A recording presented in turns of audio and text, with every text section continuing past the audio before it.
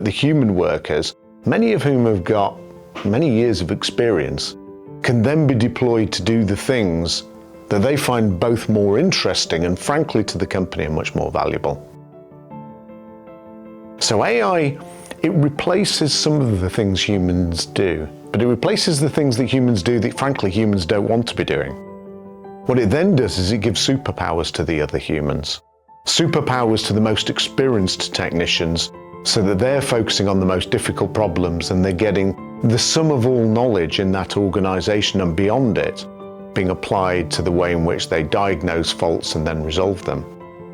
But you've then got the cohort of engineers behind them who are then able to leverage that knowledge from their more experienced peers and be able to apply that in their work as well.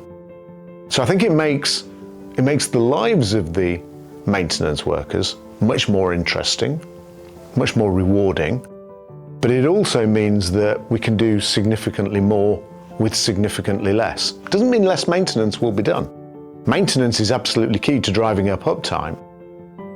It means that what we're going to be doing is we're going to be transitioning the maintenance operation away from being that cost center to being something that very directly contributes towards the attainment of high revenue goals.